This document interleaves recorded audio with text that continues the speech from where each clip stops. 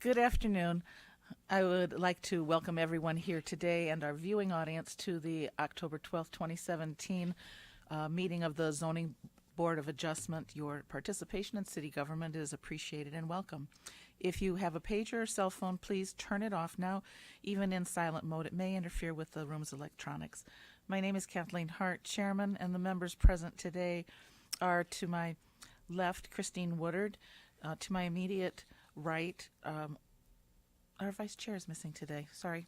To my immediate right, Carrie Strayhall, and to my far right, Judith Lee. Staff present today is Scott Copes. The Zoning Board of Adjustment is a 5-member adjudicatory board established by law. We're appointed by the mayor and confirmed by City Council to serve without compensation for a 5-year term. We normally meet twice each month to hear appeals involving hardships from strict application of current zoning laws. We may also grant variances and rule on a variety of discretionary permits.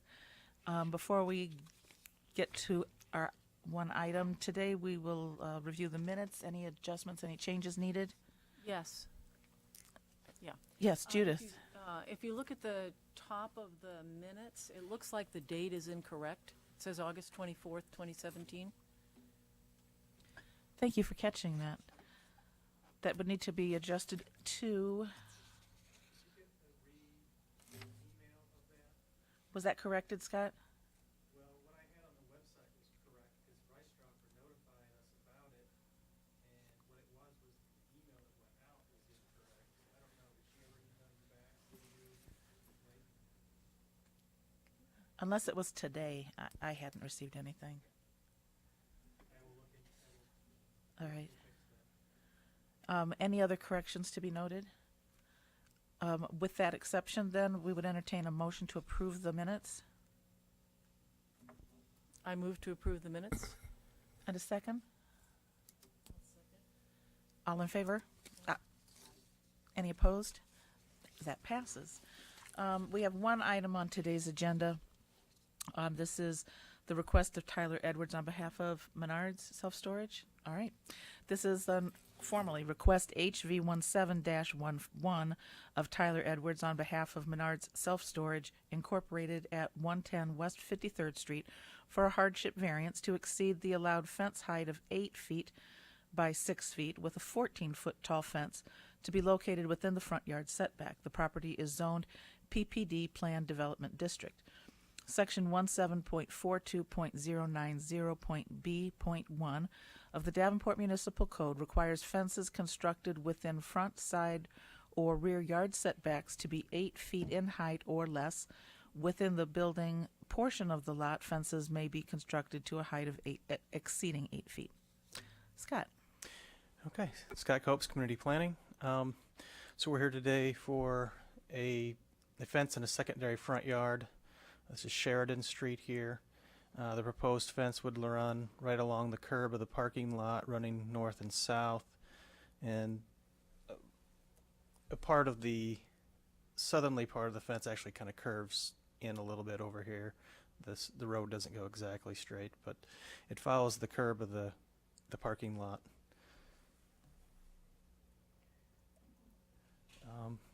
So north is at the top of the map here. Here's the Menards building. Here's their existing 14-foot fence. And the proposed fence, as I understand it, the petitioner can correct me if I'm wrong, is going to run here and then come across and follow the curb. And then when it ends at the end of the parking lot. And so the ordinance allows an 8-foot fence in this area.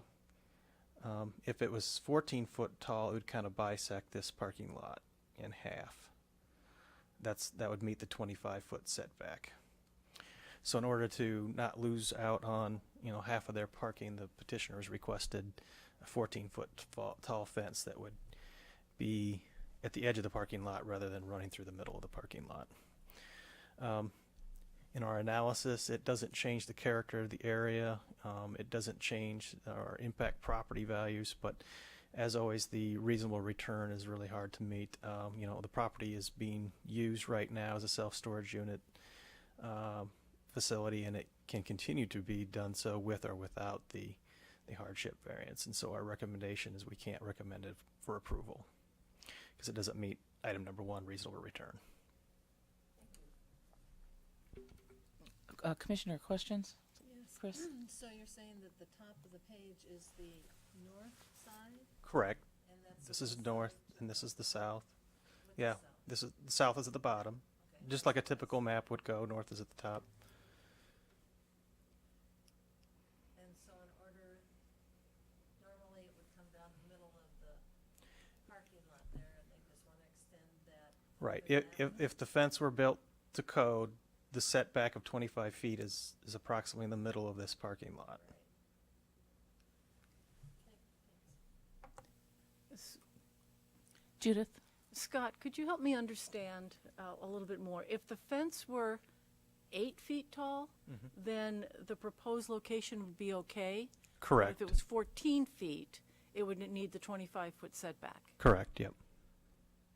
So are they asking for adjustments for both the fence height and the setback? Well, it's technically, I guess, the fence height is what they're asking for, or if you look at it the other way around, they're asking to decrease the setback of a 14-foot fence. It's 6 of one, half dozen of the other. Okay, so one is combined. Right. However you want to word it, they're either putting a fence up that is exceeding the fence height, or they're asking for a fence that encroaches into the 14-foot or the setback for a 14-foot fence. So. Do you know if the intention is to continue using it for parking?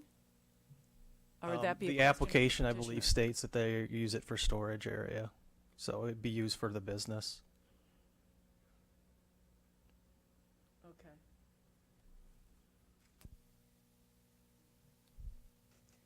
Any other commissioner questions for Scott? Okay. All right, Scott, thank you. Thank you. Mr. Edwards, if you would please come to the podium, give us your name and address, and present your request and your case to us. Sure. Tyler Edwards from Menards. I'm a real estate representative, 5101 Menard Drive, Eau Claire, Wisconsin. We have an interesting case here today. So, in talking with the staff and thinking about it, one of the reasons we asked for the variance in the first place was to match the characteristic of the rest of the site. When we first worked with the city on converting this from our old storage to self-storage, we actually had to take down some of the chain link fence and put up a 14-foot tall wood screening fence to match what was the rest of it. So you couldn't see in. You couldn't see any storage in there. Now, if we were to put up an 8-foot fence, that's tall, but not that tall. You could probably see into some of the yard and see some of the storage that's going on in there. So from that perspective, it's certainly going to look better from the outside to match the 14-foot tall height of the existing fence around the rest of the facility if we were to go higher rather than an 8-foot tall fence. Could we, wrong way, run the 14-foot fence through the middle of the parking lot? Yes, we could. It would leave this awkward half-paved parking lot and curb on the outside of the fence, and the other half would be in, which would be fairly strange. This picture doesn't really do it justice because about 2 years ago we expanded the building out front. So there is no connection down here. If you got the site plan that I sent in with the application, this is a very isolated and unusable piece of ground. The pavement's just deteriorating, sitting out there not being used. Snow piles up on it. Grass grows through the cracks. It's fairly unattractive, and that's where we came up with the idea. Well, let's incorporate it in with the rest of it. It could be used for some storage like the rest of the yard, but the idea of putting up an 8-foot fence versus a 14-foot fence, we thought it would be more attractive, fit with the rest of character of the site, and be a little bit better in the long term if we were to match what's already out there, since we were asked to do that once before when we did this project.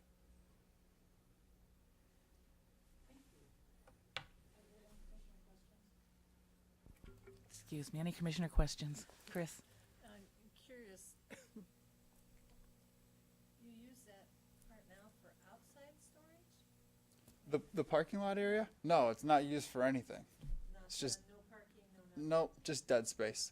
The pictures from the slideshow earlier, where the street view from when our store was there. Right now, there's just no parking signs there.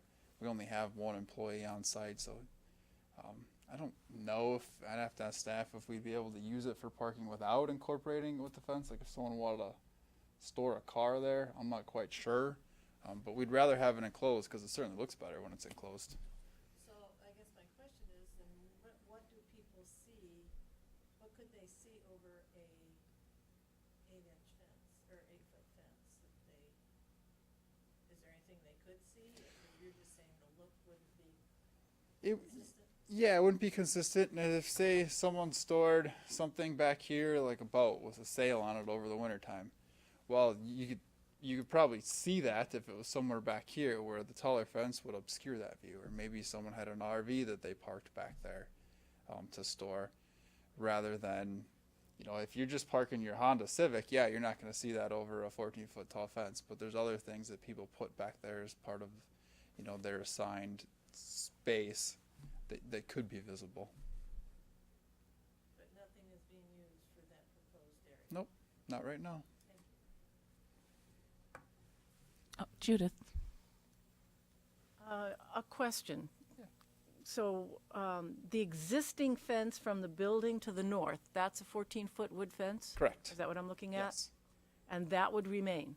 No, that would be removed. That would be removed. So this would be removed, and in its place, the fence would be continued around the parking area. So this area would just be incorporated into the other, I don't know how many square feet of pavement back there that's already surrounded by the fence. And on the other side, this side of the store, there's a electronic door that you have to get into to get back there.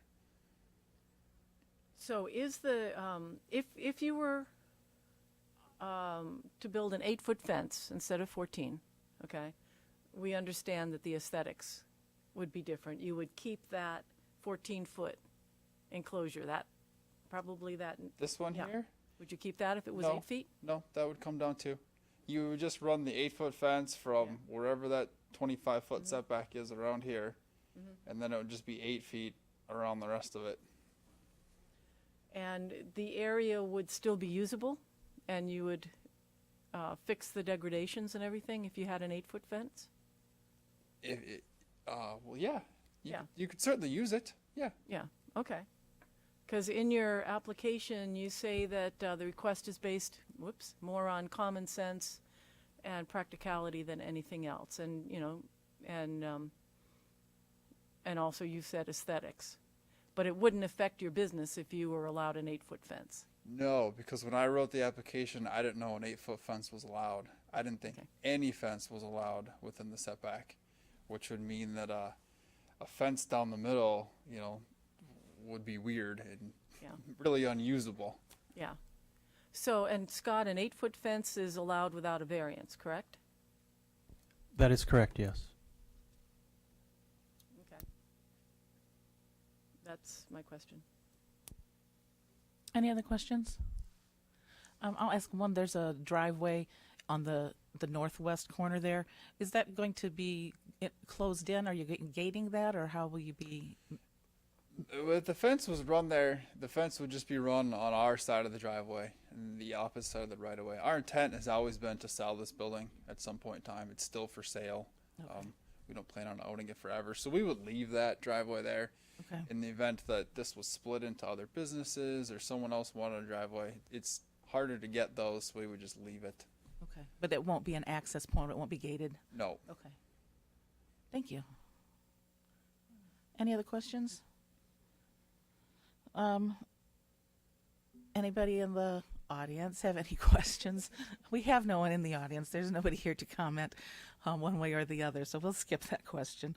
Do you have any last comments before we move this to a vote? No. All righty. Thank you. Thank you. Any final discussion among commissioners? If not, we would entertain a motion.